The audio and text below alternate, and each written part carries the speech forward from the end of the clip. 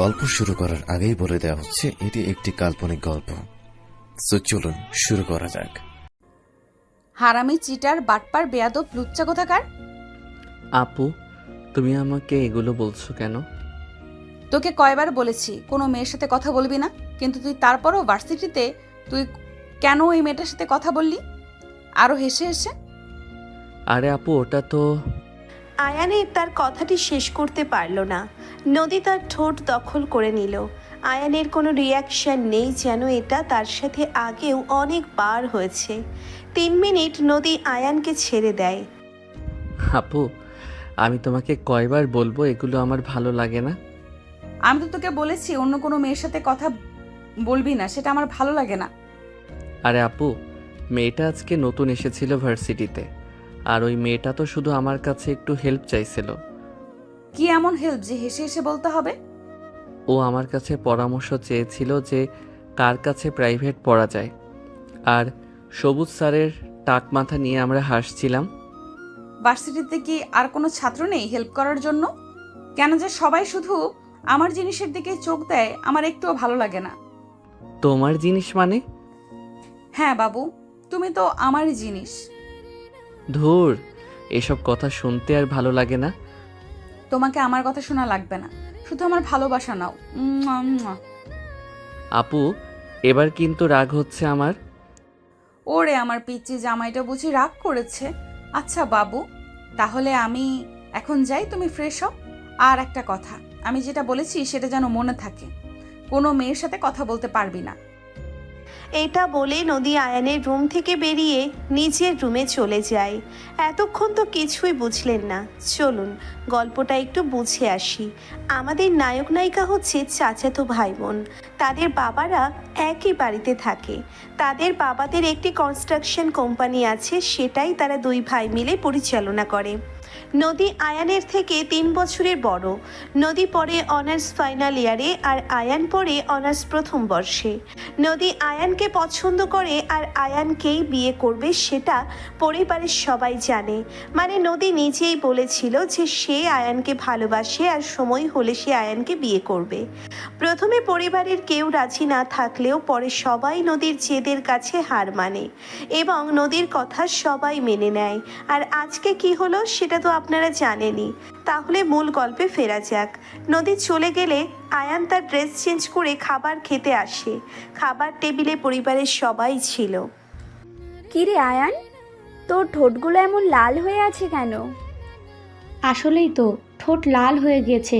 বলতো কি করেছিস তুই? আরে মা, ঠোঁট লাল হবে কেন? আর আমি বা কি করব? আরে বাবি, আপনি ওর ঠোঁটগুলো দেখে যান। তখন নদী সিঁড়ি দিয়ে নিচে নামছিল। নদী তাদের সব কথা শুনে আয়ানের ঠোঁটের দিকে তাকায়। নদী বুঝে যায় যে আয়ানের ঠোঁটে তার লিপস্টিকের দাগই লেগে আছে। আয়ানের মা আয়ানের ঠোঁট দেখার জন্যে তার দিকে যাচ্ছিল। ঠিক তখনই নদী দৌড়ে গিয়ে আয়ানের মুখ চেপে ধরে। কি রে নদী, কি হয়েছে? তুই আয়ানের মুখ চেপে ধরেছিস কেন? আমাকে একটু ওর ঠোঁটগুলো দেখতে দে, আমার খুব টেনশন হচ্ছে। কোনো রোগ টোগ হলো নাকি?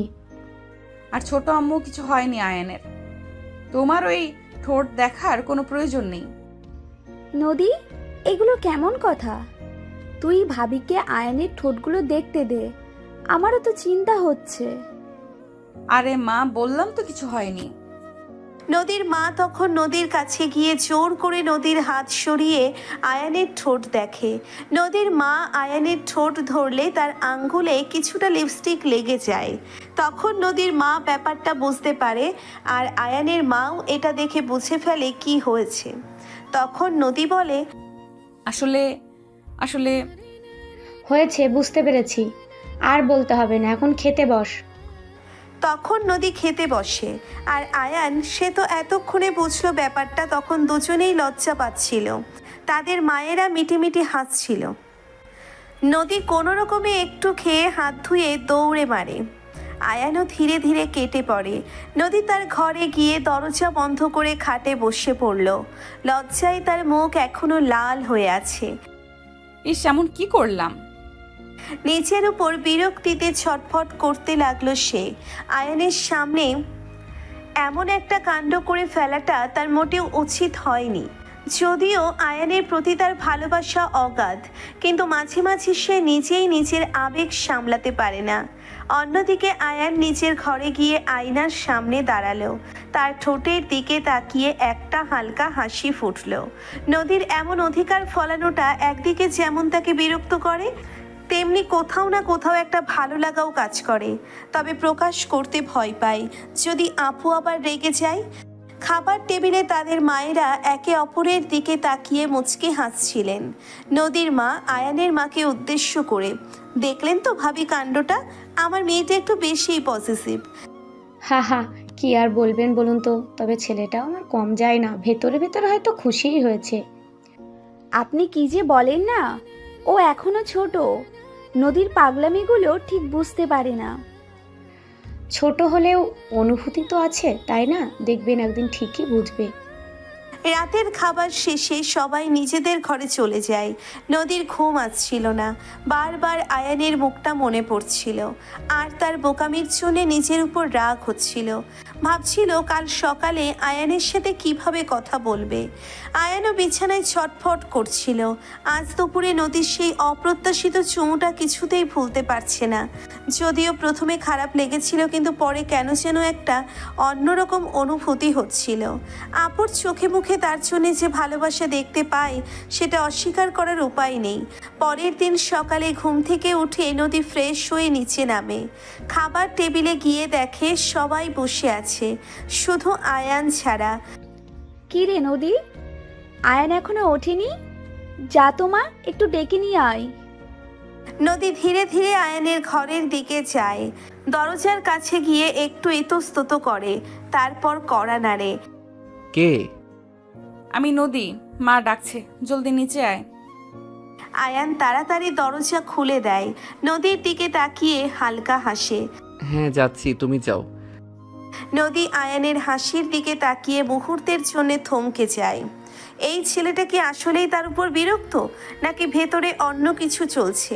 তারা দুজনে একসাথে খাবার টেবিলে আসে। পরিবেশটা একটু নীরব। গতকালের ঘটনার পর দুজনেই কেমন যেন গুটিয়ে আছে। কিরে, তোরা দুজনে চুপচাপ কেন? কোনো সমস্যা হয়েছে নাকি? আরে না না, এমনিতেই। আজ তোদের ভার্সিটি নেই? না বাবা, আজ আমাদের কোনো ক্লাস নেই। আমারও আজ তেমন কাজ নেই। তাহলে তো ভালোই, আজ দুপুরে সবাই একসাথে খাবো। খাবার শেষ হওয়ার পর নদী ভাবে আয়ানের সাথে একটু কথা বলা দরকার। গতকালের ঘটনাটার জন্য অন্তত একটা সরি বলা উচিত। সে আয়ানের ঘরের দিকে যায়। দরজা খোলা দেখতে পেয়ে ভেতরে ঢোকে। আয়ান তার ডেস্কের সামনে বসে ল্যাপটপে কিছু কাজ করছিল। নদীর পায়ের শব্দ শুনে মুখ তুলে তাকায়। আয়ান, তুমি মানে গতকালকের জন্য সরি। আমি ওভাবে তোমার মুখ চেপে ধরাটা ঠিক হয়নি। আয়ান ল্যাপটপ বন্ধ করে নদীর দিকে তাকায়। তার চোখে কোনো রাগ বা বিরক্তি দেখতে পেল না নদী। ইটস ওকে আপু, তুমি রাগ করেছিলে তাই হয়তো। কিন্তু আমার ওভাবে রিয়্যাক্ট করাটা ভুল ছিল। তুমি আমাকে ভালোবাসো, তাই না আপু? নদীর মুখটা লাল হয়ে যায়। এই প্রশ্নের জন্য সে একেবারেই প্রস্তুত ছিল না। হ্যাঁ, বাসি তো। তোকে তো আমি ছোটবেলা থেকেই। আর আমিও তোমাকে, মানে তোমাকে আমার খুব ভালো লাগে আপু। নদী অবাক হয়ে আয়ানের দিকে তাকিয়ে থাকে। এই কথাগুলো কি সে সত্যিই শুনছে? আয়ান কি তাকে ভালোবাসে? আয়ান উঠে এসে নদীর হাত ধরে। তার চোখে এক গভীর আবেগ। আমি জানি তোমার ভালোবাসাটা একটু অন্যরকম, মাঝে মাঝে আমার দম বন্ধ লাগে, কিন্তু এটাও জানি তুমি আমাকে ছাড়া থাকতে পারবে না। আর সত্যি বলতে আমিও এখন তোমাকে ছাড়া কিছু ভাবতে পারি না। নদীর চোখ দিয়ে জল গড়িয়ে পড়ে। এতদিনের চাপা কষ্ট আর অনিশ্চয়তা যেন এক মুহূর্তে দূর হয়ে গেল। তুই সত্যি বলছিস? আয়ান মুচকি হেসে নদীর চোখের জল মুছে দেয়।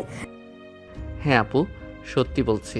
তোমার ওই অধিকার ফলানো, রাগ করা সব কিছু মিলিয়েই তো তুমি আমার নদী আপু। নদী আর নিজেকে সামলাতে পারল না, ঝাঁপিয়ে পড়ে জড়িয়ে ধরল আয়ানকে। তাদের ভালোবাসার এক নতুন অধ্যায় শুরু হলো।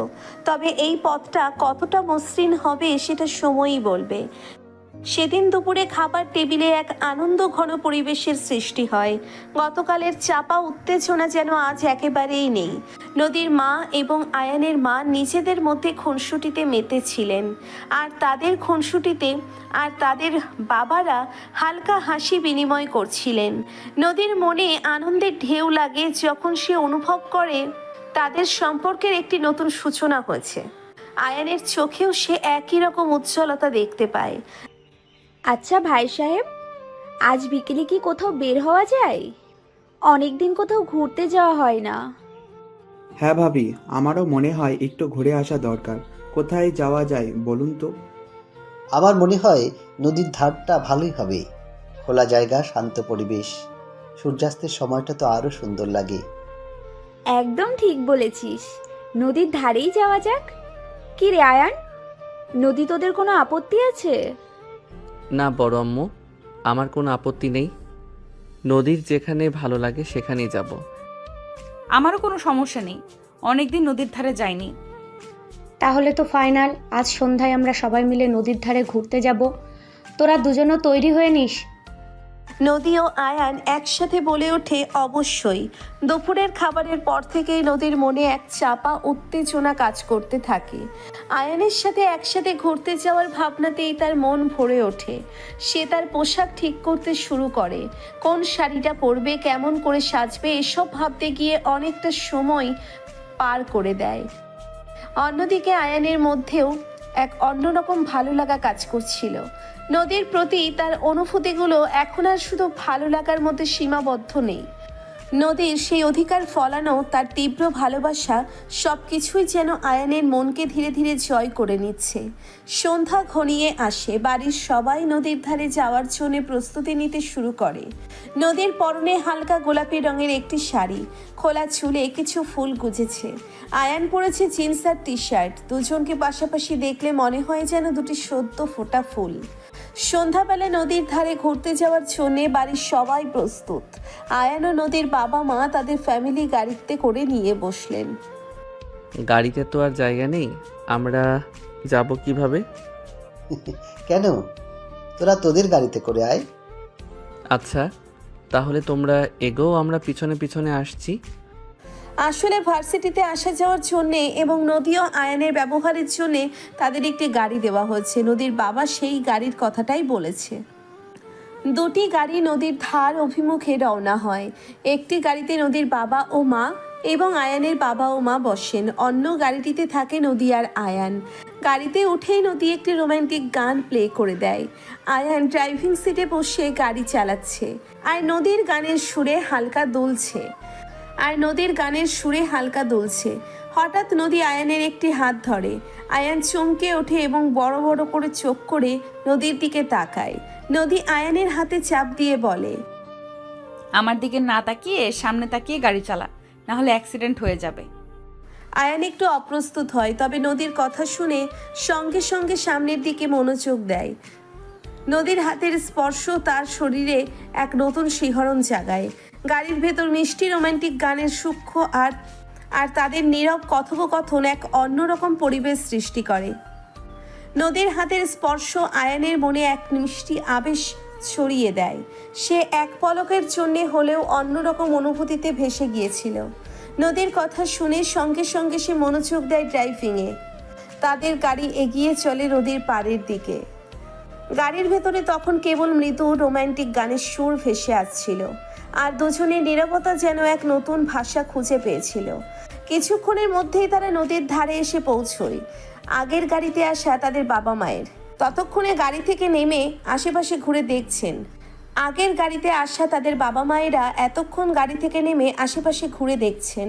নদীর শান্ত ঢেউ আর অস্তগামী সূর্যের আলোয় চারিপাশ এক মনোরম দৃশ্যে পরিণত হয়েছে। আয়ান গাড়ি পার্ক করে ইঞ্জিন বন্ধ করে। নদী ততক্ষণে দরজা খুলে নেমে পড়েছে। সে মুগ্ধ দৃষ্টিতে চারপাশের সৌন্দর্য দেখছিল। বাহ, জায়গাটা তো বেশ অসাধারণ সুন্দর। আয়ানও গাড়ি থেকে নেমে নদীর দিকে তাকায়। নদীর চোখে প্রকৃতির এই রূপ যেন আরো বেশি মায়াবী হয়ে উঠল। কিরে মা, ভালো লাগছে তো? জায়গাটা আমারও খুব প্রিয়। হ্যাঁ ছোট আম্মু, খুব ভালো লাগছে। অনেকদিন পর এমন শান্ত একটা জায়গায় এলাম। সাবধানে চালালি তো? কোনো অসুবিধা হয়নি তো? না বড় আব্বু, সব ঠিক ছিল। এরপর সবাই মিলে নদীর পাড় ধরে হাঁটতে শুরু করলো। নদীর মা ও আয়ানের মা একসাথে পুরনো দিনের গল্প করছিলেন। নদী ও আয়ান কিছুটা দূরে পাশাপাশি হেঁটে যাচ্ছিল। নদীর পাড়ের নরম বাড়িতে হোঁচট খায় নদী, আর টাল সামলাতে না পেরে পড়ে যাচ্ছিল। মুহূর্তের মধ্যে আয়ান তার হাত ধরে ফেলে, নদীর কোমর জড়িয়ে ধরে তাকে সোজা করে দাঁড় করায়। নদীর ব্যথা আয়ানের বুকে। উফ, একটু হলেই পড়ে যেতাম। Thank you. সাবধানে হাঁটো আপু, আশেপাশে খেয়াল রাখো। তাদের চোখাচোখি হয়। নদীর গোলাপি শাড়ির আঁচল বাতাসের ঢেউয়ে উড়ছিল, আর আয়ানের চোখে ছিল শুধু তাদের হৃদস্পন্দন শোনা যাচ্ছিল। কিরে, তোরা ওখানে দাঁড়িয়ে কি করছিস? আয় এদিকে, সূর্যাস্তটা দেখবি না? তাদের ঘোর ভাঙে। আয়ান নদীর কোমর থেকে হাত সরিয়ে নেয়, তবে তার হাতের স্পর্শ তখনও নদীর শরীরে অনুভব হচ্ছিল। তারা দুজনে একসাথে তাদের বাবা মায়ের দিকে এগিয়ে যায়। সূর্য তখন পশ্চিম আকাশে রক্তিম আভা ছড়াচ্ছে। নদীর জলে সেই রঙের প্রতিফলন এক অপার্থিব দৃশ্যের সৃষ্টি করেছে। সবাই মিলে সেই মনোরম দৃশ্য উপভোগ করছিল। নদীর ঠান্ডা বাতাস তাদের শরীর ছুঁয়ে যাচ্ছিল, আর মনের ভেতর এক প্রশান্তির অনুভূতি জাগছিল। কিছুক্ষণ পর নদীর বাবা বলেন, চলো এবার একটু চা খাওয়া যাক, এখানে একটা ভালো চায়ের দোকান আছে। সবাই হেঁটে সেই চায়ের দোকানের দিকে যায়। নদীর আর আয়ানের মনে তখনও সেই মুহূর্তের রেশ লেগেছিল। তাদের সম্পর্কের নতুন সমীকরণে প্রকৃতিও যেন আজ এক বিশেষ ভূমিকা পালন করেছে। নদীর পাড়ে থাকা চায়ের দোকানে পৌঁছে সবাই আরাম করে বসলেন। গরম চায়ের কাপে চুমুক দিতে দিতে হালকা শীতের আমেজ যেন আরও উপভোগ্য হয়ে উঠল। নদীর মা আর আয়ানের মা নিজেদের মধ্যে বিভিন্ন গল্প জুড়ে দিলেন। তখনও হাসির রোল উঠল, তো কখনো পুরনো দিনের স্মৃতিচারণ। তাদের বাবারাও কাজের জগতে আর সামনাসামনি বিষয় নিয়ে আলোচনায় মশগুল ছিলেন। নদী আর আয়ান পাশাপাশি বসেছিল। দুজনের চোখে একে অপরের প্রতি এক নতুন মুগ্ধতা। কিছুক্ষণ আগে নদীর পাড়ে যাওয়া এবং আয়ানের তাকে ধরে তোলার সেই মুহূর্তটা তাদের দুজনকে আরও কাছে এনে দিয়েছে। যদিও তারা মুখে কিছু বলছিল না, তবুও তাদের নিরাপত্তা যেন অনেক কথা প্রকাশ করছিল। কিরে নদী, তোর শ্বশুর শাশুড়ি কেমন লাগছে? মানে? আরে বাবা, আমরা তো তোমার শ্বশুর শাশুড়ি, তাই না? নদীর মুখ লজ্জায় লাল হয়ে যায়, সে মাথা নিচু করে ফেলে। আয়ান মুচকি হেসে তার মায়ের দিকে তাকায়। তুমিও না ভাবি, মেয়েটা এখনো ছোট, এসব কথা এখন থাক। আরে না না, ছোট আর কোথায়, অনার্স ফাইনাল ইয়ারে পড়ে, আর আমাদের আয়নও তো কম যায় না। তাদের মধ্যে হালকা হাসি ঠাট্টা চলতে থাকে। নদীর বুকের ভেতর এক অজানা ভালো লাগা ঢেউ তোলে। আয়ানের পরিবারের সদস্যরাও যেন তাদের সম্পর্কটাকে স্বাভাবিকভাবে মেনে নিয়েছে, এটা ভেবে তার মন শান্তি পায়। চা খাওয়া শেষ হলে নদীর বাবা বলেন, এবার ওঠা যাক, রাত তো কম হয়নি। সবাই ধীরে ধীরে বাড়ির দিকে এগিয়ে যায়। নদীর ঠান্ডা লাগছিল, তাই আয়ান নিজের জ্যাকেট খুলে তার কাঁধে দেয়। নদীর শরীরটা যেন উষ্ণ হয়ে ওঠে সেই স্পর্শে। সে কৃতজ্ঞতার ভরে আয়ানের দিকে তাকায়। গাড়িতে ফেরার পথে নদী আনমনে গুনগুন করছিল। আয়ান এক পলক তার দিকে তাকিয়ে আবার মনোযোগ দেয় ড্রয়িং রুমে। তাদের গাড়িতে সেই আগের রোম্যান্টিক গানটি আবার বাজতে শুরু করলো। ফিরে সবাই ফ্রেশ হয়ে রাতের খাবারের জন্য বসে। খাবারের টেবিলে সেই হাসি খুশির রেশ বজায় থাকে।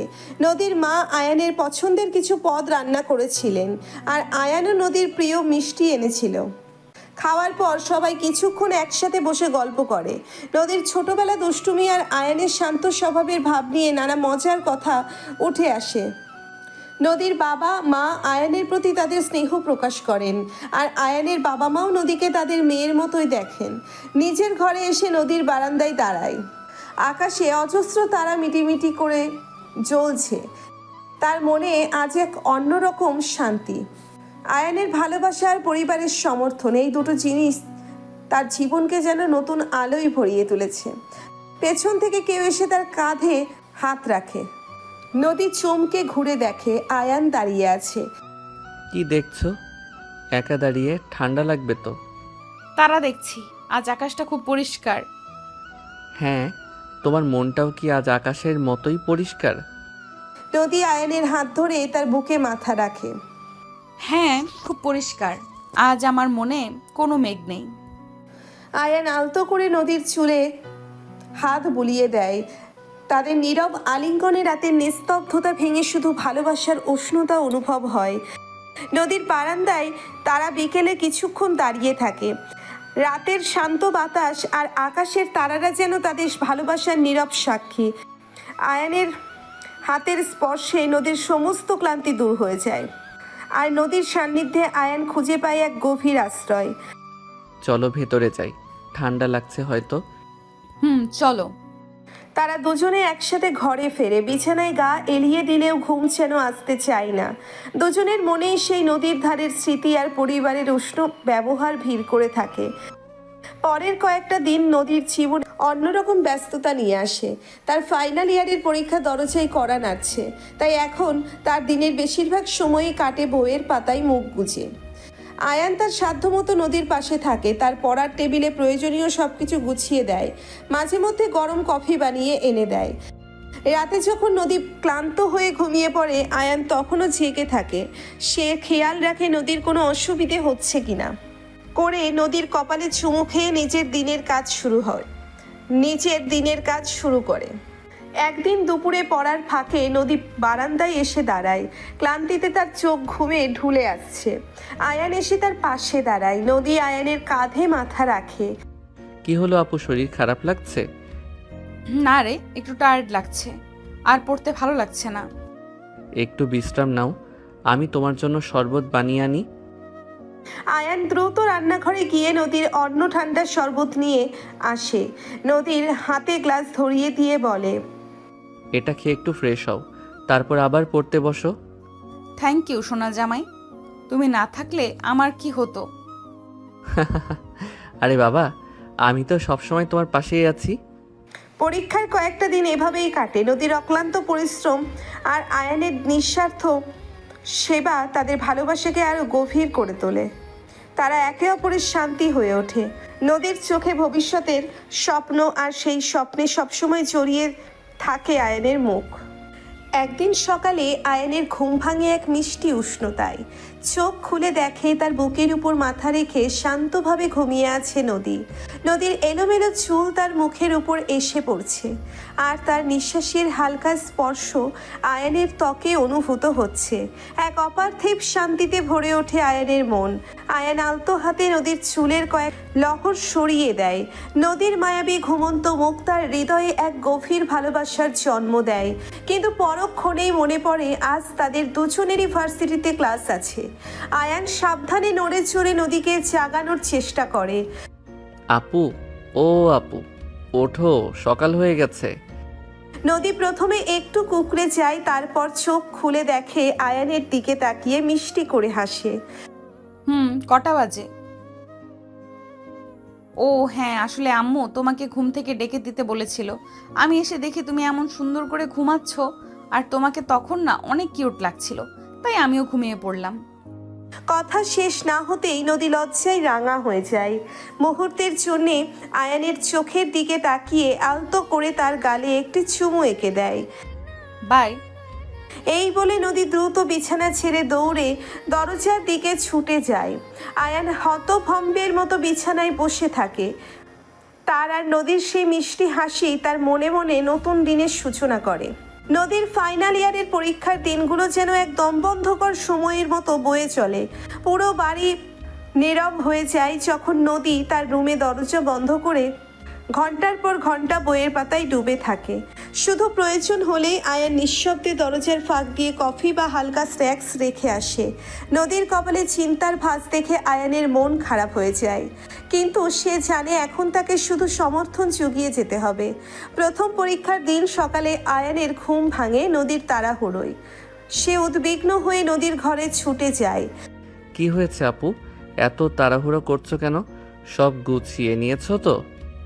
হ্যাঁ, প্রায় সব, শুধু অ্যাডমিট কার্ডটা যেন খুঁজে পাচ্ছি না। কোথায় রেখেছিলাম মনে পড়ছে না তো।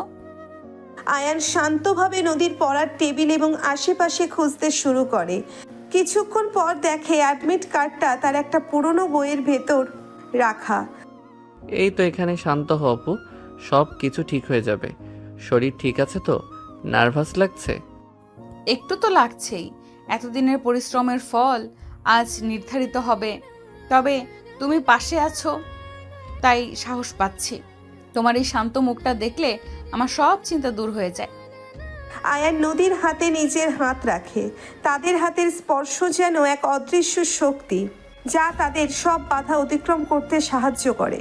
নদীর যখন পরীক্ষার হলে যায়, আয়ান গেটের বাইরে অস্থিরভাবে পায়চারি করতে থাকে।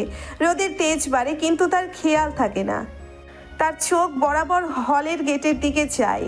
কখন তার আপু বেরিয়ে স্থির হয়ে যায়। প্রতিটি মুহূর্তে তার কাছে নদীর সাকসেসের প্রার্থনায় কাটে।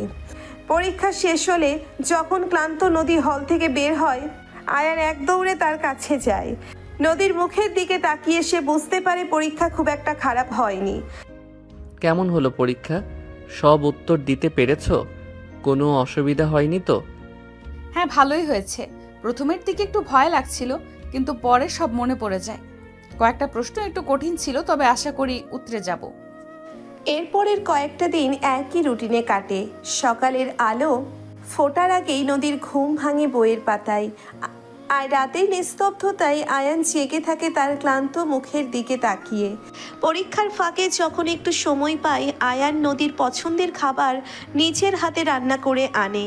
কখনো দুজনে মিলে বাড়ির ছাদে বসে রাতের আকাশ দেখে, যেখানে অজস্র তারার মাঝে তারা খুঁজে পায় তাদের অনাগত ভবিষ্যতের স্বপ্ন।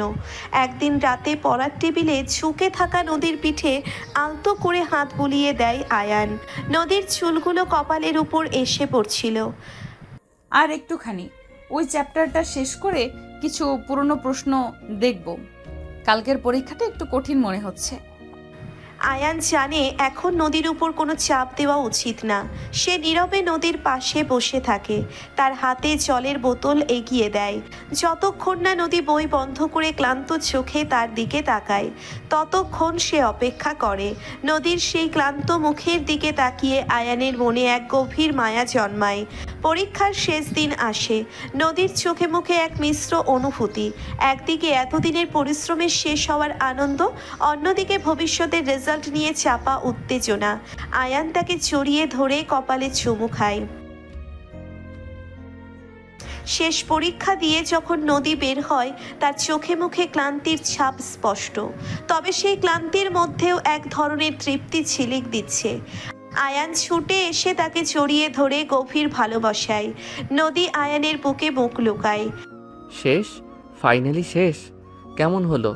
আমার মনে হয় তুমি ফাটিয়ে দিয়েছো। হ্যাঁ, শেষ। মনে হচ্ছে বুকের ওপর থেকে একটা বিশাল পাথর নেমে গেল। পরীক্ষা কেমন হলো সেটা রেজাল্ট বের হলেই জানতে পারবো। তবে আমার মনে হয় আমি আমার সেরাটা দিয়েছি। এখন শুধু অপেক্ষা করার পালা।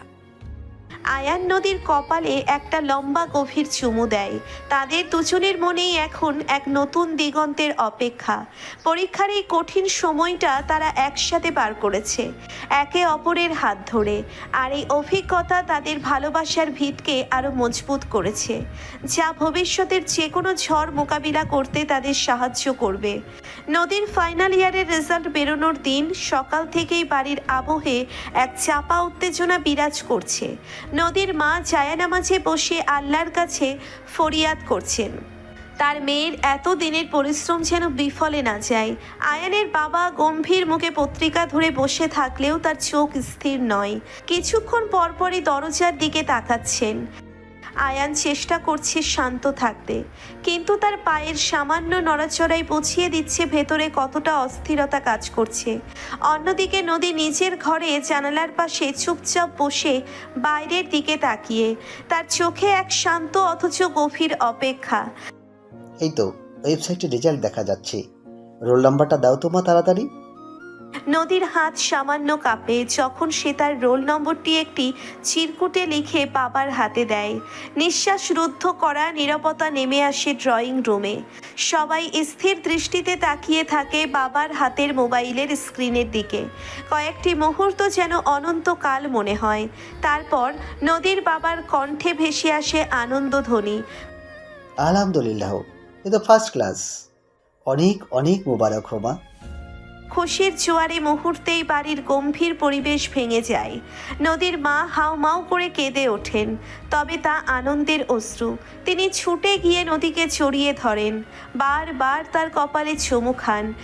আয়ানের চোখে মুখে এক বাঁধ ভাঙা হাসি উপচে পড়ে। সে দ্রুত পায়ে এগিয়ে এসে নদীকে শক্ত করে জড়িয়ে ধরে, যেন তার বিশ্বাসই হচ্ছিল না এত দিনের স্বপ্ন সত্যি হয়েছে। আমি জানতাম আপু, আমি জানতাম তুমি পারবে। আমার সব সময় তোমার উপর অগাধ ভরসা ছিল। এটা তোমার সাপোর্ট ছাড়া কখনোই সম্ভব হতো না আয়ান। তুমি প্রতিটা মুহূর্তে আমার পাশে ছিলে, সাহস জুগিয়েছো। তাদের আবেগ ঘন আলিঙ্গন দেখে বাবা মায়ের একে অপরের দিকে তাকিয়ে হাসেন। তাদের চোখে চিকচিক করছে গর্বের জল। এতদিনের রাতের পর রাত জেগে পড়া দুশ্চিন্তা আর পরিশ্রম আজ সব সার্থক হয়েছে। শুধু কি ফার্স্ট ক্লাস? দেখো তো আর কিছু আছে নাকি। নদীর বাবা স্ক্রল করে দেখেন এবং আরো খুশির খবর দেন। নদী তার বিভাগে প্রথম স্থান অধিকার করেছে। এই খবরে আনন্দ আরো কয়েক গুণ বেড়ে যায়। নদী আবার আনন্দে চিৎকার করে ওঠে এবং আবেগের বশে আবারও আয়ানকে জড়িয়ে ধরে। এই মুহূর্তে সে সম্পূর্ণরূপে ভুলে যায় তাদের আশেপাশে বাড়ির অন্যান্য সদস্যরাও রয়েছে। আপু একটু খেয়াল করো, এখানে সবাই দেখছে তো। নদীর ঘোর কাটে। আয়ানের বাহু ডোরে আবদ্ধ হয়ে সে অপ্রস্তুতভাবে আশেপাশে তাকায় এবং আবিষ্কার করে তাদের বাবা মা সহ অন্যান্য আত্মীয় স্বজন মুচকি হেসে তাদের দিকে তাকিয়ে আছেন। লজ্জায় তার মুখ কান পর্যন্ত লাল হয়ে যায়। ও আল্লাহ, আমি একদম খেয়াল করিনি। আসলে খুশিতে কি করব বুঝতে পারছিলাম না তো। আর কোনো কথা না বলে নদী দ্রুত পায়ে দৌড়ে সিঁড়ি দিয়ে উপরে নিজের ঘরের দিকে পালিয়ে যায়। আয়ানও অপ্রস্তুত হয়ে কান লাল করে একটু হাসে এবং মাথা নিচু করে দাঁড়িয়ে থাকে। কিরে বাবা আয়ান, এত লজ্জা পাচ্ছিস কেন? এটা তো স্বাভাবিক, ভালোবাসার প্রকাশ এমনিই হয়। একদম ঠিক বলেছিস। ওদের এই খাঁটি আনন্দ আর ভালোবাসার প্রকাশ দেখে আমার মনটা ভরে গেল। বোঝাই যাচ্ছে দুজনের হৃদয়ের টান কতটা গভীর।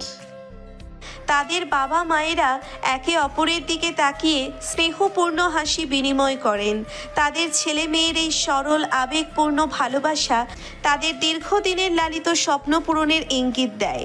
নদীর সাফল্যের রেশ কাটতে না কাটতেই বাড়িতে শুরু হয় নতুন এক আলোচনার ঝড়, একটা ফ্যামিলি ট্যুর। নদীর বাবা মা আর আয়ানের বাবা মা দুজনেই মনে করছিলেন পরীক্ষার ধকল আর রেজাল্টের টেনশন কাটিয়ে ওঠার জন্য একটা ছোট্ট ছুটি দরকার। আর এই খুশির আবহে সবাই একসাথে কোথাও ঘুরে এলে মনটাও আরও ফুরফুরে হবে। ভাবছি এবার শীতের ছুটিতে কোথায় যাওয়া যায়। অনেকদিন কোথাও একসাথে ঘুরতে যাওয়া হয়নি। হ্যাঁ ভাবি, আমারও তাই মনে হয়। বাচ্চাদেরও একটু চেঞ্জ দরকার। নদী তো এত খেটে পরীক্ষা দিল, ওরও একটু বিশ্রাম প্রয়োজন। আর আয়ানও তো সবসময় বাড়ির কাজে সাহায্য করে। আমার মনে হয় সিলেট আর সাজেক ভ্যালি কেমন হয়। পাহাড় আর মেঘের খেলা দেখলে সবার মন ভরে যাবে। আইডিয়াটা দারুণ। সিলেটের প্রাকৃতিক সৌন্দর্য আর সাজেকের মেঘ তো অসাধারণ। আর এখন তো শীতকাল, আবহাওয়াও বেশ মনোরম থাকবে। ওয়াও, সিলেট সাজেক, আমার তো এখনই যেতে ইচ্ছে করছে। হ্যাঁ বাবা, আমারও খুব ভালো লাগবে। অনেকদিন পাহাড় দেখা হয়নি। এরপর শুরু হয় পরিকল্পনা। কতদিনের ছুটি হবে, কোথায় থাকা হবে, কি কি দেখা হবে, এসব নিয়ে দফায় দফায় আলোচনা চলতে থাকে। নদীর মা দায়িত্ব নেন খাবারের মেনু ঠিক করার, আর আয়ানের মা খোঁজখবর নিতে শুরু করেন ভালো রিসোর্টের। নদীর বাবা আর আয়ানের বাবা মিলে বাসের টিকিট বুকিংয়ের ব্যবস্থা করেন, কারণ সবাই একসাথে গেলে বাসের জার্নিটাও বেশ আনন্দদায়ক হবে। আয়ান আর নদী এই সুযোগে নিজেদের মতো করে কিছু প্ল্যান করে নেয়। কোথায় তারা একসাথে মেঘ দেখবে, কোনো পাহাড়ের চূড়ায় হাতে হাত ধরে দিগন্তের দিকে তাকিয়ে থাকবে। তাদের মনে রোম্যান্টিক সব ভাবনা ভিড় করে। যদিও বাড়ির বড়দের সামনে তারা তাদের ঘনিষ্ঠতা খুব একটা প্রকাশ করে না, তবে এই ট্যুরটা যেন তাদের সম্পর্কের নতুন একটি অধ্যায় খুলে দেবে। নির্ধারিত দিনে সবাই ভোরে ঘুম থেকে উঠে এবং বাসস্ট্যান্ডের উদ্দেশ্যে রওনা হয়। শীতের হালকা ঠান্ডায় গরম কাপড়ের আরাম অনুভব হচ্ছিল। বাস ছাড়ার পর সবাই জানালার বাইরে তাকিয়ে প্রকৃতির মনোরম দৃশ্য উপভোগ করতে থাকে। নদী আর আয়ান পাশাপাশি সিটে বসে ফিসফিস করে কথা বলে, একে অপরের দিকে তাকিয়ে মুচকি হাসে। বাইরের সবুজ আর পাহাড়ের ক্রমশ দৃশ্যমান হওয়া তাদের মনে আরও বেশি আনন্দ যোগ করে। সিলেটে পৌঁছে তারা একটি হোটেলে ওঠে এবং ফ্রেশ হয়ে স্থানীয় কিছু ঐতিহাসিক মাজার ও নয়নাভিরাম চা বাগান ঘুরে দেখে। এরপর তাদের আসল গন্তব্য সাজেকের উদ্দেশ্যে যাত্রা শুরু হয়। পাহাড়ি পথে আঁকাবাঁকা রাস্তায় বাসের ঝাঁকুনি লাগলেও চারপাশের মেঘ আর পাহাড়ের দৃশ্য তাদের ক্লান্তি ভুলিয়ে দেয়। সাজেকে পৌঁছে তারা আগে থেকে বুকিং করা একটি সুন্দর রিসোর্টে ওঠে, যেখান থেকে মেঘ আর পাহাড়ের অসাধারণ দৃশ্য দেখা যায়। রিসোর্টের কটেজগুলো বেশ সুন্দর। প্রথম দিন বিকেলে তারা সবাই মিলে কংলাক পাহাড়ের চূড়ায় ওঠে। সেখান থেকে মেঘ আর পাহাড়ের যে অপরূপ দৃশ্য দেখা যায় তা সত্যি অবিস্মরণীয়। নদীর বাবা আর আয়ানের বাবা একটি বাঁশের তৈরি ছাউনির নিচে বসে প্রকৃতির শোভা উপভোগ করেন আর তাদের স্ত্রীরা মিলে ছবি তোলেন। নদী আর আয়ান কিছুটা দূরে একে অপরের হাত ধরে দাঁড়িয়ে থাকে। চারপাশের মেঘ তাদের ছুঁয়ে যায় আর তাদের মনের ভেতর ভালোবাসার উষ্ণ ঢেউ আছড়ে পড়ে। আয়ান নদীর কানে কানে বলে, এই জায়গাটা যেন আমাদের ভালোবাসার জন্যই অপেক্ষা করছিল, তাই না? তোমার পাশে থাকলে মনে হয় যেন মেঘের রাজ্যে হারিয়ে গেছি। তুমিও আমার পাশে থেকো সব সময়। এই মেঘ আর পাহাড়ের নীরব সাক্ষী হোক আমাদের ভালোবাসার। তারা দুজনে দূরের পাহাড়ের দিকে তাকিয়ে থাকে, যেখানে মেঘের দল অবিরাম খেলা করছে। তাদের মনে ভবিষ্যতের সুন্দর দিনের স্বপ্ন আরও গাঢ় হয়। এই ফ্যামিলি ট্যুরটা শুধু একটি ভ্রমণ নয়, এটা যেন তাদের সম্পর্কের বন্ধনকে আরও মজবুত করে তোলে। প্রকৃতির শান্ত পরিবেশে তাদের ভালোবাসার রং আরও গাঢ় হয়ে ওঠে। সাজেকের শান্ত স্নিগ্ধ পরিবেশে রাতের ঘুমটা বেশ গভীর হয়েছিল নদীর। পরের দিন সকালে তার ঘুম ভাঙে পাখির কলকাকলিতে। বিছানায় কিছুক্ষণ এপাশ ওপাশ করে সে। কেমন একটা স্নিগ্ধতা চারিদিকে। আলসেমে ভেঙে একসময় উঠে বসে নদী। প্রথমে মনে হয় আয়ান হয়তো এখনো ঘুমোচ্ছে। গতকাল পাহাড়ের অনেকটা পথ হেঁটে তারা বেশ ক্লান্ত ছিল, কিন্তু নদীর চোখ যায় পাশের খালি বিছানাটার দিকে। আয়ান নেই। নদী একটু অবাক হয়, এত সকালে কোথায় গেল সে? আলতো পায়ে হেঁটে সে রুমের দরজা খোলে। রিসোর্টের বারান্দাটা বেশ লম্বা আর সেখান থেকে মেঘে ঢাকা পাহাড়ের মনোরম দৃশ্য দেখা যায়। নদীর চোখ জুড়িয়ে যায় সেই সৌন্দর্য দেখে। হঠাৎ তার নজরে পড়ে বারান্দার একেবারে শেষ প্রান্তে রেলিং ধরে দাঁড়িয়ে আছে আয়ান। তার পিঠ নদীর দিকে ফিরানো। ভোরের হালকা আলো তার চুলে এসে পড়েছে। দেখে মনে হচ্ছে যেন কোনো গভীর চিন্তায় মগ্ন হয়ে আছে সে। নদী ধীরে ধীরে এগিয়ে যায় আয়ানের দিকে। তার পায়ের শব্দ পায় না আয়ান। একেবারে কাছে এসে নদী আলতো করে আয়ানের কাঁধে হাত রাখে। কি ব্যাপার, এত সকালে উঠে একা একা কি দেখছো সোনা? মেঘগুলো দেখছো কেমন খেলা করছে? আয়ান চমকে ওঠে, দ্রুত ঘুরে দাঁড়ায়। তার চোখে কিছুটা অন্যমনস্কতার ছাপ দেখা যায়, যা নদী তীক্ষ্ণভাবে লক্ষ্য করে। রাতের সেই হাসি খুশি ভাবটা যেন উধাও। ও, তুমি উঠে গেছো? আসলে ঘুম ভাঙার পর আর ঘুম আসতে চাইছিল না, কেমন একটা অস্থির লাগছিল ভেতরে, তাই ভাবলাম একটু হেঁটে আসি, যদি মনটা শান্ত হয়। এখানকার সকালটা দেখছো? অদ্ভুত সুন্দর, তাই না? মনে হচ্ছে মেঘের ভেলায় ভেসে বেড়াচ্ছি। নদী আয়ানের পাশে এসে দাঁড়ায়। তাদের দুজনের সামনে মেঘে ঢাকা পাহাড়ের বিশাল ক্যানভাস। ভোরের আলোয় মেঘগুলো সোনার মতো ঝলমল করছে। নদীর হাত ছুঁয়ে যায় আয়ানের হাতের পাতা। সে অনুভব করে আয়ানের হাতটা একটু ঠান্ডা। হ্যাঁ, সত্যি খুব সুন্দর। কিন্তু তুমি কি কিছু ভাবছিলে আয়ান? শুধু কি সকালে সৌন্দর্য দেখছিলে? তোমার চোখে অন্যরকম একটা ভাব দেখলাম। কি হয়েছে বলো তো আমাকে। আসলে ভাবছিলাম আমাদের ভবিষ্যৎ নিয়ে আপু। তোমার তো পড়াশোনা শেষ হলো, এতদিনের স্বপ্ন তোমার পূরণ হয়েছে। এবার কি করবে তুমি? কোনো চাকরির চেষ্টা করবে নাকি অন্য কিছু ভাবছো? আমার মনে হয় এখন তোমার নিজের পায়ে দাঁড়ানো উচিত। নদী আয়ানের হাত ধরে। তাদের দুজনের হাত এখন একে অপরের উষ্ণ স্পর্শে বাঁধা। নদীর চোখের ভাষায় উদ্বেগ ফুটে ওঠে। আমার ভবিষ্যৎ তো তুমি আয়ান। তুমি যেখানে আমার ভবিষ্যৎ সেখানেই। আমার সব স্বপ্ন তো তোমাকে ঘিরেই। চাকরির কথা আমি ভাবিনি এখনো। আমার কাছে সবচেয়ে জরুরি হলো তুমি কি চাও, তুমি কি ভাবছো। তোমার ভালো লাগাই তো আমার ভালো লাগা। তুমি যদি চাও আমি চাকরি করি, আমি নিশ্চয়ই চেষ্টা করব, কিন্তু আমার মন তো সব সময় তোমার কাছেই পড়ে থাকে। তুমি এত ভালো কেন আপু? সব সময় আমার সব চিন্তার আগে তুমি আমার খুশিটাকে দেখো। আমার মনে হয় আমি সত্যি খুব ভাগ্যবান তোমাকে আমার জীবনে পেয়ে। কিন্তু আমি চাই তুমি নিজের স্বপ্নগুলো পূরণ করো, শুধু আমার উপর নির্ভর করে থেকো না। নদী আয়ানের গালে আলতো করে হাত বোলায়, তার স্পর্শে যেন এক গভীর মমতা মিশে আছে। তুমি আমার জীবনের সবচেয়ে প্রিশাস মানুষটা আয়ান। তোমার খুশি আমার কাছে সবচেয়ে বেশি গুরুত্বপূর্ণ। আর আমার স্বপ্নগুলো তো তুমি। তোমার পাশে থেকে আমি যা করব সেটাই আমার স্বপ্ন পূরণ হবে। ভেবো না আমি শুধু তোমার উপর নির্ভর করতে চাই। আমরা তো একে অপরের পরিপূরক, তাই না? তারা কিছুক্ষণ নীরবে দাঁড়িয়ে থাকে। তাদের চারপাশে মেঘেরা ভেসে বেড়ায়, আর তাদের মনের আকাশে ভালোবাসার রং আরও গাঢ় হয়।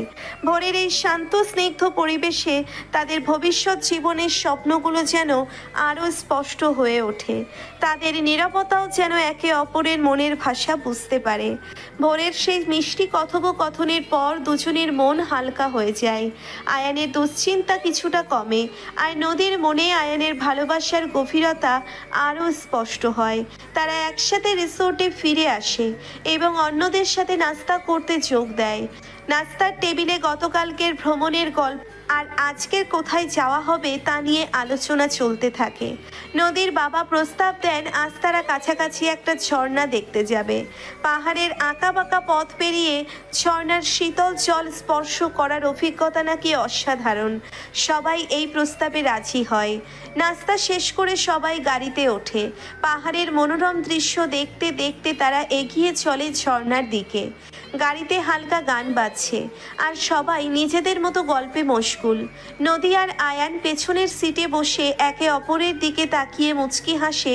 তাদের মনের ভেতরে সেই ভোরের কথোপকথন যেন এখনও তাদের মধ্যে এক মিষ্টি আবেশ সৃষ্টি করে রেখেছে।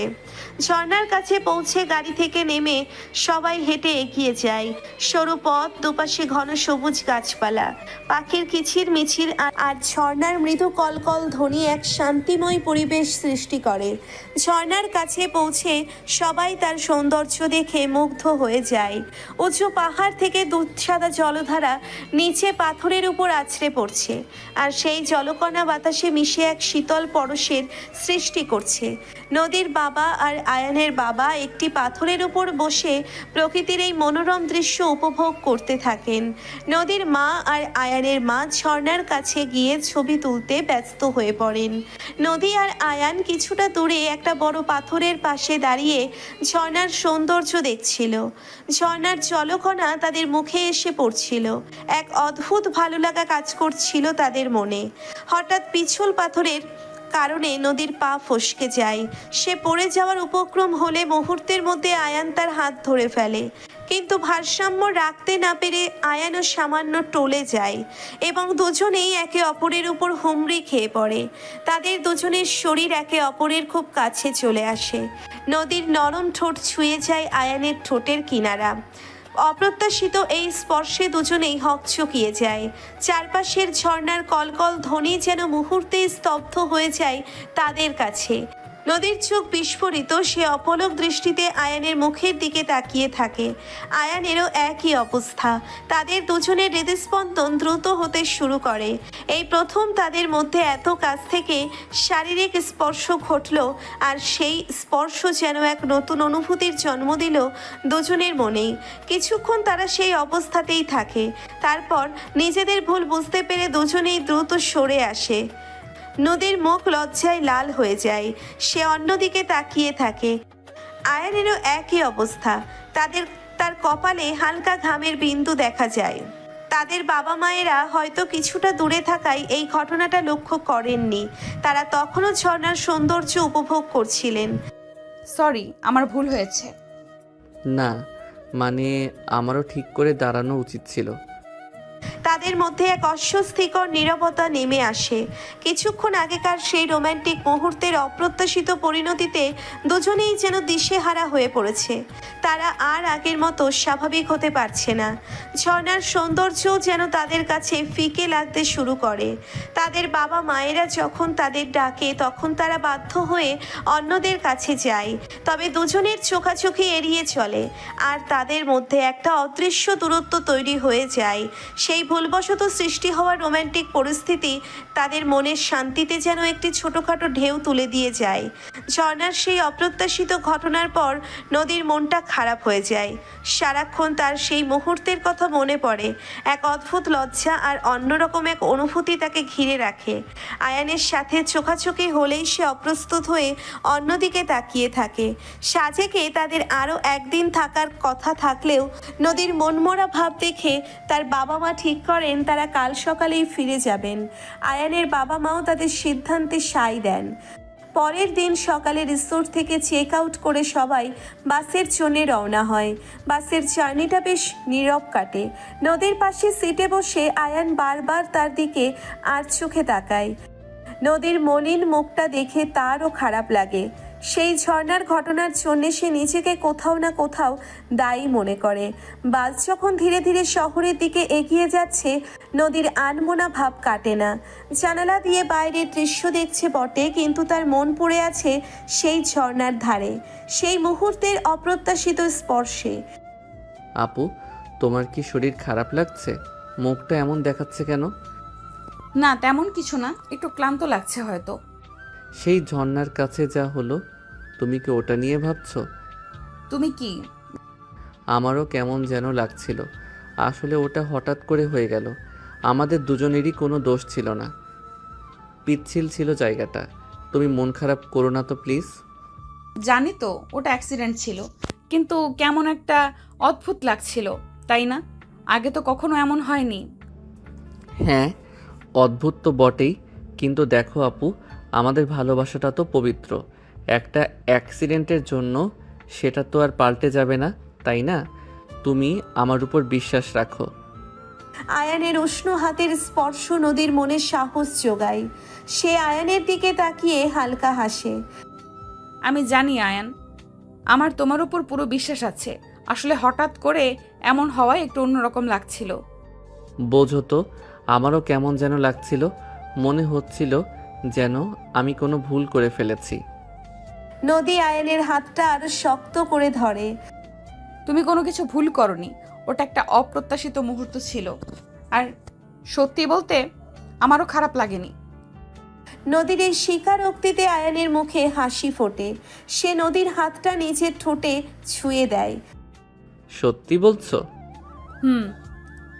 এরপর নদী আলতো করে আয়ানের হাত ধরে তার কাঁধে মাথা রাখে। বাসের ঝাঁকুনি আর বাইরের দৃশ্যের মাঝে তারা দুজনে নীরব ভালোবাসায় ডুবে থাকে। সেই অপ্রত্যাশিত মুহূর্তটা হয়তো তাদের মনে একটা নতুন সুর জাগিয়েছিল, তাদের সম্পর্কের গভীরতাকে আরও এক ধাপ এগিয়ে নিয়ে গিয়েছিল। ফিরে আসার পথে তাদের নীরবতা আর অস্বস্তির বদলে এক নতুন উষ্ণতা জায়গা করে নেয়।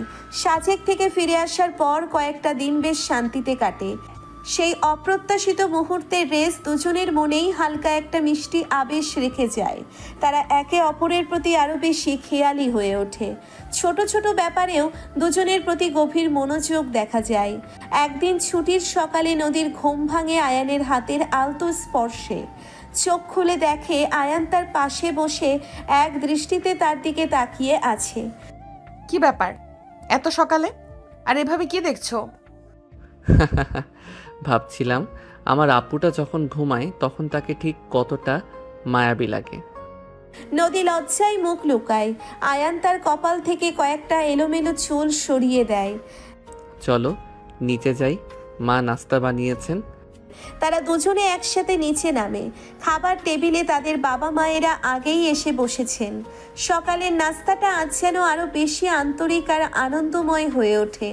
সবাই মিলে নিজেদের পছন্দের খাবার ভাগ করে খায়, হাসি ঠাট্টা চলে। নাস্তা শেষে নদীর মা বলেন, আজ তো ছুটি, ভাবছি সবাই মিলে একটু অন্যরকম কিছু করি। হ্যাঁ, ভালো প্রস্তাব। কি করা যায় বলো তো? আমার মনে হয় আজ আমরা সবাই মিলে পুরনো দিনের কিছু ছবি দেখি। নদীর আর আয়ানের ছোটবেলাকার অনেক মজার ছবি আছে। ও বাবা, তোমরা সবসময় আমার ছোটবেলার এমব্রেসিং ছবিগুলো বের করো। আরে আপু, ওগুলো তো খুব মিষ্টি ছবি, চলো না দেখি। সবাই মিলে নদীর আর আয়ানের ছোটবেলার অ্যালবামের পাতা উল্টাতে শুরু করে।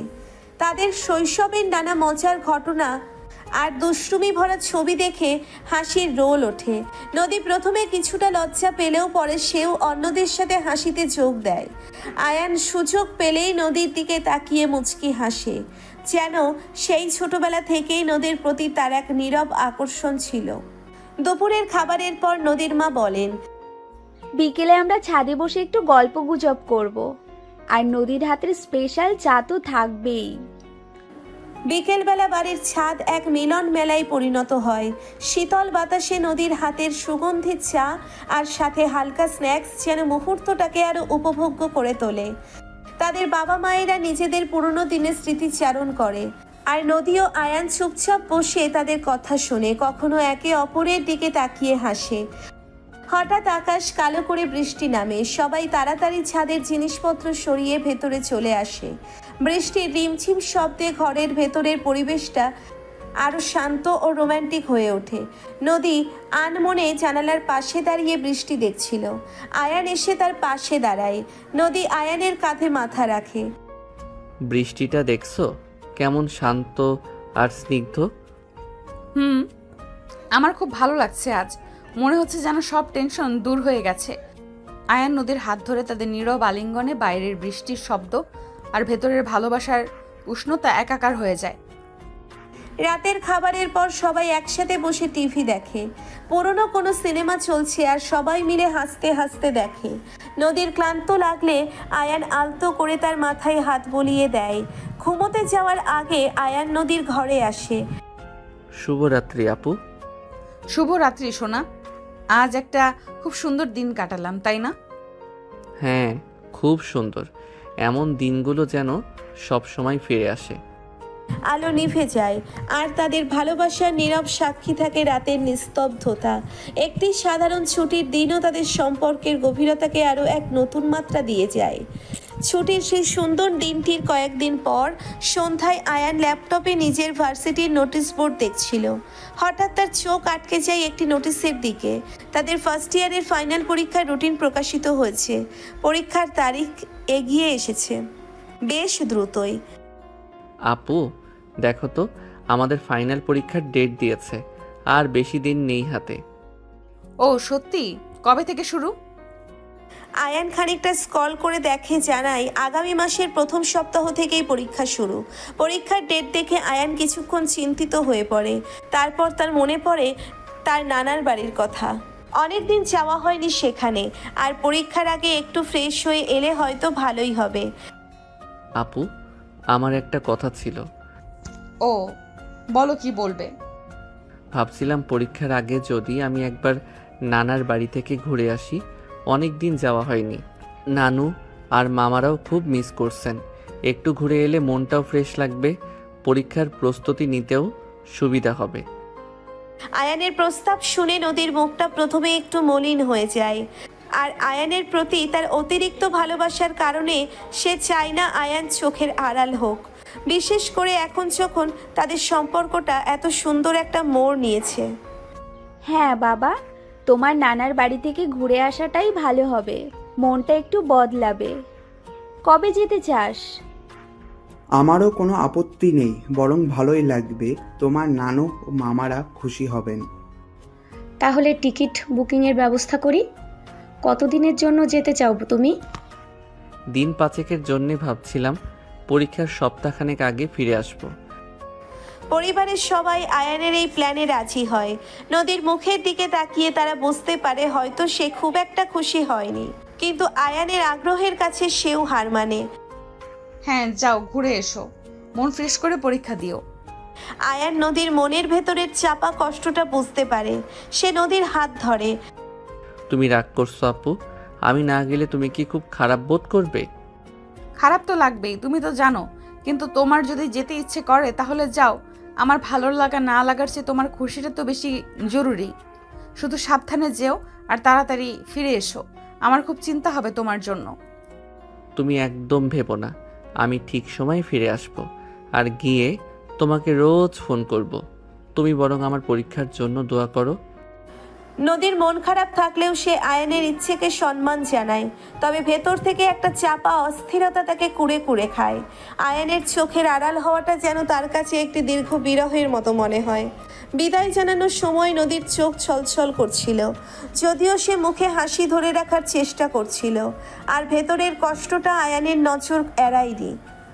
আয়ান বারবার তাকে তাড়াতাড়ি ফিরে আসার আশ্বাস দেয়, কিন্তু নদীর মন কিছুতেই শান্ত হয় না। বাস যতক্ষণ পর্যন্ত তাদের চোখের আড়াল না হয়, নদী দরজার কাছে দাঁড়িয়ে থাকে এক দৃষ্টিতে। আয়ান চলে যাওয়ার পর বাড়িটা যেন হঠাৎ করেই ফাঁকা হয়ে যায় নদীর কাছে। আগে যখন আয়ান ভার্সিটিতে থাকতো তখনও সে জানতো দিনের শেষে আয়ান বাড়ি থাকবে, কিন্তু এবার যেন একটা লম্বা সময়ের অপেক্ষা তার দরজায় কড়া নাড়ছে। নদীর মন খারাপ থাকে সারাক্ষণ, সে ঠিকমতো খায় না, কারোর সাথে তেমন কথা বলে না। তার মন পড়ে থাকে সেই দূরে, যেখানে আয়ান এখন তার নানার বাড়িতে। রাতের বেলা বারান্দায় দাঁড়িয়ে আকাশের দিকে তাকিয়ে থাকে, যেন ওই তারাদের মাঝেই সে আয়ানের মুখটা গুজে ফেরে। নদীর মা নদীর ধারে আসে। কি রে মা, তুই এখনো জেগে? এত রাত হয়েছে, ঘুমোতে যা। ঘুম আসছে না মা, আয়ানের কথা মনে হচ্ছে খুব। আমি বুঝতে পারছি তোর কষ্ট হচ্ছে, কিন্তু দেখিস কয়েকটা দিনের তো ব্যাপার, ও ঠিক ফিরে আসবে। তুই বরং ওর জন্য দোয়া কর যেন ওর পরীক্ষাও ভালো হয় আর ও নিরাপদে থাকে। মায়ের কথাই যদি কিছুটা শান্ত হয় বটে, কিন্তু তার মনের অস্থিরতা সহজে কাটে না। সে সারাদিন আনমনে ঘুরে বেড়ায়।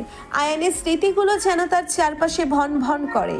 তাদের একসাথে কাটানো সুন্দর মুহূর্তগুলো তার মনে ভিড় করে আসে, আর প্রতিবারই তার মন খারাপ হয় এই ভেবে যে এখন আয়ান তার পাশে নেই। আয়ানের ফোন আসে রোজ, নদীর সাথে লম্বা সময় ধরে কথা বলে সে। নানার বাড়ির গল্প করে, সেখানকার প্রকৃতির বর্ণনা দেয়, নদীর পরীক্ষার প্রস্তুতির খবর নেয়, তাকে সাহস যোগায়। কিন্তু শুধু ফোনের আওয়াজ যেন নদীর শূন্যতা পূরণ করতে পারে না। আয়ানের স্পর্শ আর মুখের হাসি, তার দুষ্টুমি ভরা চাহনি সব কিছু খুব মিস করে। একদিন রাতে ফোনে কথা বলার সময় নদীর গলা ধরে আসে। কি হয়েছে আপু, কাঁদছো নাকি?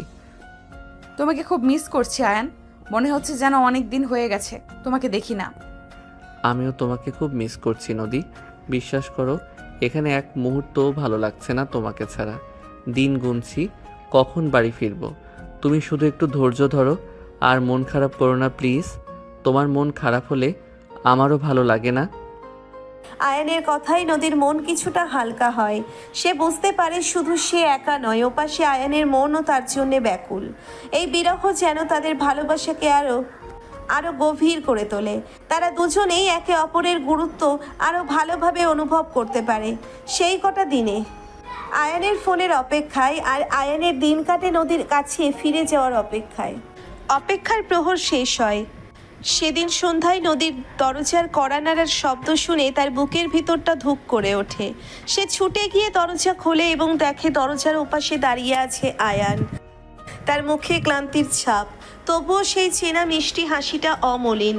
আয়ানকে দেখা মাত্রই নদীর সব কষ্ট, সব অভিমান যেন এক মুহূর্তেই জল হয়ে যায়। সে কোনো কথা না বলে ঝাঁপিয়ে পড়ে আয়ানের বুকে এবং হাউমাউ করে কেঁদে দেয়।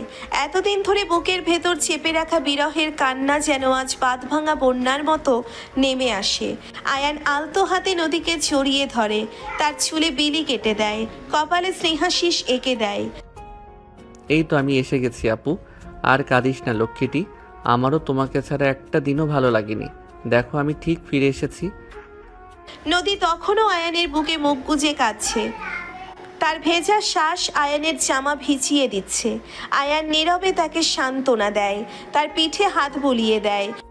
কিছুক্ষণ পর নদীর কান্না কিছুটা থামে, যেন আবার ছেড়ে দিলেই সে হারিয়ে যাবে। নদী আয়ানের বুক থেকে মুখ তুলে ভেজা চোখে বলে, আর কখনো যেও না আমাকে ছেড়ে আয়ান, তোমাকে ছাড়া আমার খুব কষ্ট হয়। আর যাব না আপু, আমার পরীক্ষাও তো প্রায় চলে এসেছে, এখন তো এখানেই থাকতে হবে। আয়ানের ফিরে আসার আনন্দে নদীর মন ভরে ওঠে, কিন্তু সেই দূরে থাকার কষ্টের স্মৃতি তখনও তার মনকে কিছুটা অস্থির করে রাখে। কিছুক্ষণ পর নদী আয়ানের হাত ধরে তাদের বাবার কাছে যায়। বাবা, আমার একটা কথা ছিল তোমার কাছে। হ্যাঁ মা, বলো কি বলবে। বাবা, আমি আর চাই না আয়ানের থেকে দূরে থাকতে। আমার মনে হয় আমরা আজকেই বিয়ে করতে চাই। নদীর কথা শুনে তার বাবা প্রথমে কিছুটা অবাক হন। তিনি নদীর ব্যাকুলতা বুঝতে পারেন, কিন্তু বাস্তবতার কথাও তাকে ভাবতে হয়। মা, আমি বুঝতে পারছি তুই আয়ানকে কতটা ভালোবাসিস, আর ওকে ছাড়া থাকতে তোর কষ্ট হয়। কিন্তু একটু ধৈর্য ধর, সামনে আয়ানের পরীক্ষা। এই সময় বিয়ের ঝামেলায় জড়িয়ে পড়লে ওর পড়াশোনায় মন বসানো কঠিন হবে। আমার বিশ্বাস ও ভালো রেজাল্ট করবে। ওর পরীক্ষা শেষ হলেই আমরা অবশ্যই তোদের বিয়ের ব্যবস্থা করব। তখন তোরা সারা জীবন একসাথে থাকতে পারবি। একটু অপেক্ষা কর মা। কিন্তু বাবা, প্লিজ মা, আমার কথাটা শোন। আয়ানের ভবিষ্যতের কথাটাও তো ভাবতে হবে। ও পরীক্ষা দিক, তারপর আমরা ধুমধাম করে তোদের বিয়ে দেব, কেমন? বাবার যুক্তিতে নদীর মন কিছুটা শান্ত হয়। সে বুঝতে পারে বাবার কথাগুলো ঠিক। আয়ানের ভবিষ্যতের কথা ভেবে তাকে এখন ধৈর্য ধরতে হবে। সে আয়ানের দিকে তাকায়। আয়ানও তার চোখে মুখে সান্ত্বনার সৃষ্টি দেয়। ঠিক আছে বাবা, আমি অপেক্ষা করব, কিন্তু তুমি মন দিয়ে পরীক্ষা দিও, কেমন? অবশ্যই আপু, তুমি ভেবো না, পরীক্ষা শেষ হলে আমাদের সব অপেক্ষা শেষ হবে। আয়ানও তার চোখে মুখে সান্ত্বনার দৃষ্টি দেয়। সেই সন্ধ্যায় আয়ানের ফিরে আসার আনন্দ আর ভবিষ্যতের সুন্দর দিনের স্বপ্নে নদীর মন আবার ভরে ওঠে। বিরহের কালো মেঘ সরে গিয়ে ভালোবাসার আলো আবার তাদের জীবনে ফিরে আসে। বাবার কথায় রাজি হয়ে নদী মন খারাপ করা থেকে নিজেকে সরিয়ে আনে এবং পুরো দমে আয়ানের পরীক্ষার প্রস্তুতিতে মনোযোগ দেয়। এতদিন দূরে থাকার যে শূন্যতা তাদের মধ্যে সৃষ্টি হয়েছিল, তা তারা একে অপরের সান্নিধ্যে এসে ভরাট করে তোলে। আয়ান পরীক্ষার রুটিন ধরে পড়াশোনায় ডুবে যায়, আর নদী তার পাশে থেকে সব রকম সাহায্য করে। সে আয়ানের জন্য প্রয়োজনীয় বইপত্র গুছিয়ে নিচ্ছে, পড়ার সময় চা কফি বানিয়ে আনে এবং ক্লান্ত হয়ে গেলে তাকে বিশ্রাম নেওয়ার জন্য জোর করে। তাদের পড়ার ঘরটি যেন এক ভালোবাসার নীড়ে পরিণত হয়। একদিন আয়ানের মনোযোগ ভরা মুখে, অন্যদিকে নদীর কেয়ারিং স্পর্শ। মাঝে মধ্যে কঠিন কোনো টপিক বুঝতে অসুবিধে হলে নদী ধৈর্য ধরে আয়ানকে বুঝিয়ে দেয়। তাদের বোঝাপড়াটা এতটাই ভালো যে কঠিন বিষয়গুলো সহজে আয়ত্ত করতে পারে সে। তবে সবসময় যে শুধু পড়াশোনা নিয়েই তাদের সময় কাটে তা নয়। পাড়ার ফাঁকে ফাঁকে সৃষ্টি হয় কিছু মিষ্টি রোমান্টিক মুহূর্ত। হয়তো আয়ান কোনো জটিল সমীকরণ সমাধান করতে গিয়ে ফ্রাস্ট্রেটেড হয়ে পড়েছে, তখন নদী আলতো করে তার হাত ধরে আয়ানের চোখে চোখ রেখে মৃদু হেসে বলে, তুমি পারবে, আমার বিশ্বাস আছে। নদীর সেই শান্ত অথচ দৃঢ় বিশ্বাস আয়ানের মনে নতুন করে উদ্যম যোগায়। আবার কখনো গভীর রাতে পড়তে পড়তে আয়ানের ঘুম এসে যায়। নদী তখন তার মাথার নিচে একটা বালিশ গুছিয়ে দেয়, পরম যত্নে তার কপাল থেকে চুল সরিয়ে দেয়। ঘুমন্ত আয়ানের মুখের দিকে তাকিয়ে নদীর ঠোঁটের কোণে এক স্নিগ্ধ হাসি ফুটে ওঠে। এই মানুষটাই তো তার জীবনের সব, তার ভালোবাসার আশ্রয়। একদিন বিকেলে পড়ার টেবিলে ঝুঁকে থাকা আয়ানের ঘাড়টা ব্যথা করছিল। নদী উঠে এসে তার ঘাড়ে আলতো হাতে মালিশ করে দিতে শুরু করে। আয়ান চোখ বন্ধ করে সেই আরামদায়ক স্পর্শ অনুভব করে। তোমার হাতের জাদু আছে আপু, নিমিষেই সব ব্যথা উধাও। শুধু হাতের জাদু নয়, ভালোবাসার ছোঁয়াও আছে। তাদের নীরব ভালোবাসার প্রকাশ ঘটে চোখের ইশারায়। আলতো স্পর্শে পরীক্ষার চাপের মধ্যেও তারা একে অপরের জন্যে সময় বের করে নেয়। কখনো ছাদে বসে রাতের আকাশ দেখে, হাতে হাত রেখে ভবিষ্যতের স্বপ্ন বনে, কখনো বারান্দায় বসে হালকা বৃষ্টির ছোঁয়া নেয়, আর তাদের মনে ভালোবাসার সুর গুঞ্জরিত হয়। পরীক্ষার কয়েকদিন আগে নদী আয়ানের জন্য তার পছন্দের কিছু খাবার রান্না করে আনে। আয়ানের মুগ্ধ হয়ে নদীর হাতের রান্না খায় আর বলে, পরীক্ষার আগে এটা যেন আমার জন্য বুস্টার ডোজ। শুধু পরীক্ষার আগে কেন, আমি তো সবসময় তোমার জন্য ভালো কিছু করার চেষ্টা করি। এভাবেই ভালোবাসার পরশে আয়ানের পরীক্ষার প্রস্তুতি এগিয়ে চলে। নদীর নিঃস্বার্থ সহযোগিতা আর গভীর ভালোবাসা আয়ানের মনে সাহস ও আত্মবিশ্বাস যোগায়। তারা দুজনেই জানে এই কঠিন সময়টা তারা একসাথে পার করছে এবং দীর্ঘ অপেক্ষার পর অবশেষে সেই দিনটি আসে। আজ আয়ানের ফাইনাল পরীক্ষা শেষ। সকাল থেকেই নদীর মনটা উড়ু উড়ু করছিল। পরীক্ষার হল থেকে আয়ানের হাসি মুখ দেখার জন্যে সে অধীর আগ্রহে অপেক্ষা করছিল। পরীক্ষা শেষে যখন আয়ান ক্লান্ত অথচ তৃপ্তির হাসি নিয়ে বেরিয়ে আসে, নদী ছুটে গিয়ে তাকে জড়িয়ে ধরে। শেষ, ফাইনালি তোমার পরীক্ষা শেষ হলো, কেমন হয়েছে? হ্যাঁ আপু, শেষ। মনে হচ্ছে একটা বিশাল বোঝা নেমে গেল। পরীক্ষা ভালো হয়েছে আশা করি। তোমার দোয়া ছিল তো সাথে। বাড়ি ফিরে আয়ান ফ্রেশ হয়। রাতের খাবারের জন্য সবাই যখন একসাথে টেবিলে বসে তখন এক অন্যরকম খুশির আমেজ বিরাজ করছিল। নদীর মা নিজের হাতে আয়ানের পছন্দের খাবার শুরু হওয়ার কিছুক্ষণ পর আয়ানের বাবা গম্ভীর গলায় বলে, আয়ান, নদী, তোমাদের একটা সুখবর দেওয়ার আছে। আয়ান ও নদী একে অপরের দিকে তাকায়। তাদের বুকের ভিতরটা ধুকধুক করতে থাকে। তোমাদের দুজনের কথা আমরা অনেক দিন ধরেই ভাবছি, আর এখন যখন আয়ানের পরীক্ষাও শেষ তখন আর দেরি করার কোনো মানে হয় না। হ্যাঁ বাবা, আমরা সিদ্ধান্ত নিয়েছি আর মাত্র 4 দিন পর তোমাদের শুভ পরিণয় হবে। বাবার কথা শুনে আয়ান ও নদীর চোখ বিস্ময়ে ভরে ওঠে। 4 দিন? এত তাড়াতাড়ি? নদীর মুখ লজ্জায় রাঙা হয়ে যায় আর আয়ানের চোখে আনন্দের ঝিলিক দেখা যায়। সত্যি বাবা, তোমরা সিরিয়াস? হ্যাঁ বাবা, আমরা শুভ কাজ আর ফেলে রাখতে চাই না। তোমরা দুজনে রাজি তো? আমার তো কোনো আপত্তি নেই, যদি নদীরও না থাকে। আমারও কোনো আপত্তি নেই। মুহূর্তের মধ্যে খাবার টেবিলের আনন্দ আরো কয়েক গুণ বেড়ে যায়। নদীর মা খুশিতে আপ্লুত হয়ে বলেন, তাহলে কাল থেকেই বিয়ের প্রস্তুতি শুরু করে দেওয়া যাক। আয়ান ও নদী একে অপরের দিকে তাকিয়ে হাসে। এতদিনের অপেক্ষা, এতদিনের ভালোবাসা অবশেষে তার সুন্দর পরিণতি পেতে চলেছে। নদীর আর আয়ানের বিয়ের খবরে বাড়ি জুড়ে উৎসবের আমেজ শুরু হয়ে যায়, যেন এক লহমায় সব অপেক্ষার অবসান হতে চলেছে। নদীর মা ও আয়ানের মা কোমর বেঁধে নেমে পড়েন বিয়ের আয়োজনে। আত্মীয় স্বজন, বন্ধু বান্ধবদের আনাগোনা শুরু হয়ে যায় বাড়িতে। চারিদিকে ব্যস্ততা আর খুশির গুঞ্জন। তাদের বাড়ি ঝলমলে আলোয় সেজে ওঠে। গেটের সামনে তৈরি হয় সুন্দর তোরণ। রঙিন কাপড়ের পতাকায় ছেয়ে যায় চারপাশ। ভেতরে সানাইয়ের সুর ভেসে আসে, যা আমাদের বার্তাবহ নদীর বান্ধবীরা এসে তার হাত ভরে মেহেন্দি লাগিয়ে দেয়। তাদের হাসিতে আর গানে বাড়ির পরিবেশ আরো প্রাণবন্ত হয়ে ওঠে। আয়ানের বন্ধুরাও এসে তাকে হলুদ মাখিয়ে দেয়। তাদের দুষ্টুমিতে আর ঠাট্টায় আনন্দের ফোয়ারা ছোটে। গায়ে হলুদের অনুষ্ঠানে তার পরনে থাকে হলুদ রঙের শাড়ি, ফুলের গয়না। আয়ানের গায়েও হলুদ রঙের পাঞ্জাবি। দুজনের মুখেই খুশির আড্ডা, চোখে একে অপরের জন্য গভীর ভালোবাসা। তাদের বাবা মায়েরা হাসি মুখে অতিথিদের আপ্যায়ন করেন। দিন সকালে নদীর বাড়ির উঠানে তৈরি হয় সুন্দর বিয়ের মঞ্চ। রঙিন ফুল আর আলোয় ঝলমল করছে চারিপাশ। নদীর পরনে আজ লাল বেনারসি, সোনার গয়নায় সেজে উঠেছে অপরূপা। তার চোখের স্বপ্ন, হৃদয়ে অপেক্ষা। আয়ান আসে বরবেশে, শেরওয়ানি আর পাগড়িতে তাকে দেখাচ্ছে রাজকুমারের মতো। কাজের সামনে কবুল বলার সেই মাহেন্দ্রক্ষণ যখন আসে তখন নদীর বুক ধুকপুক করে। আয়ানের কণ্ঠে যখন সেই পবিত্র শব্দ উচ্চারিত হবে তখন নদীর চোখ পানিতে ভরে উঠবে। এতদিনের ভালোবাসা, এতদিনের অপেক্ষা আজ তার পূর্ণতা পায়। বিয়ের সকল আনুষ্ঠানিকতা শেষে যখন চারপাশ শান্ত হয়ে আসে তখন আয়ান ধীরে ধীরে বাসর ঘরে প্রবেশ করে। ঘরটির সুগন্ধি ফুলে আর মৃদু আলোয় এক মায়াবী পরিবেশ পূর্ণ। নদীর দিকে চোখ পড়তেই তার হৃদস্পন্দন দ্রুত বেড়ে যায়।